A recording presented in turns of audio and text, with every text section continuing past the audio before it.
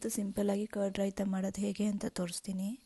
ಈರುಳ್ಳಿ ಒಂದು, ಸೌತೆಕಾಯಿ ಒಂದು ಹಾಫು, ಒಂದು ಸ್ವಲ್ಪ ಕೊತ್ತಂಬರಿ ಕಟ್ ಮಾಡ್ಕೊಳ್ಬೇಕು ಸಣ್ಣಗೆ.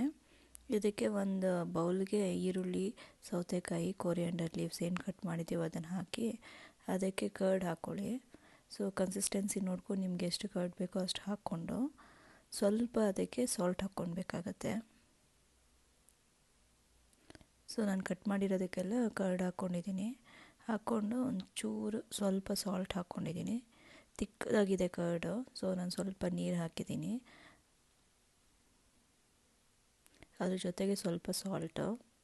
ಸೊ ಟೇಸ್ಟಿಗೆ ಎಷ್ಟು ಬೇಕೋ ಅಷ್ಟು. ಇದು ಯೂಶ್ವಲಾಗಿ ಪಲಾವ್ಗೆ, ಟೊಮೆಟೊ ಬಾತ್ಗೆ, ಬಿರಿಯಾನೀಸ್ಗೆಲ್ಲ ಕಾಂಬಿನೇಷನ್ ತುಂಬ ಚೆನ್ನಾಗಿರುತ್ತೆ. ಒಂದು ಸತಿ ಟ್ರೈ ಮಾಡಿ.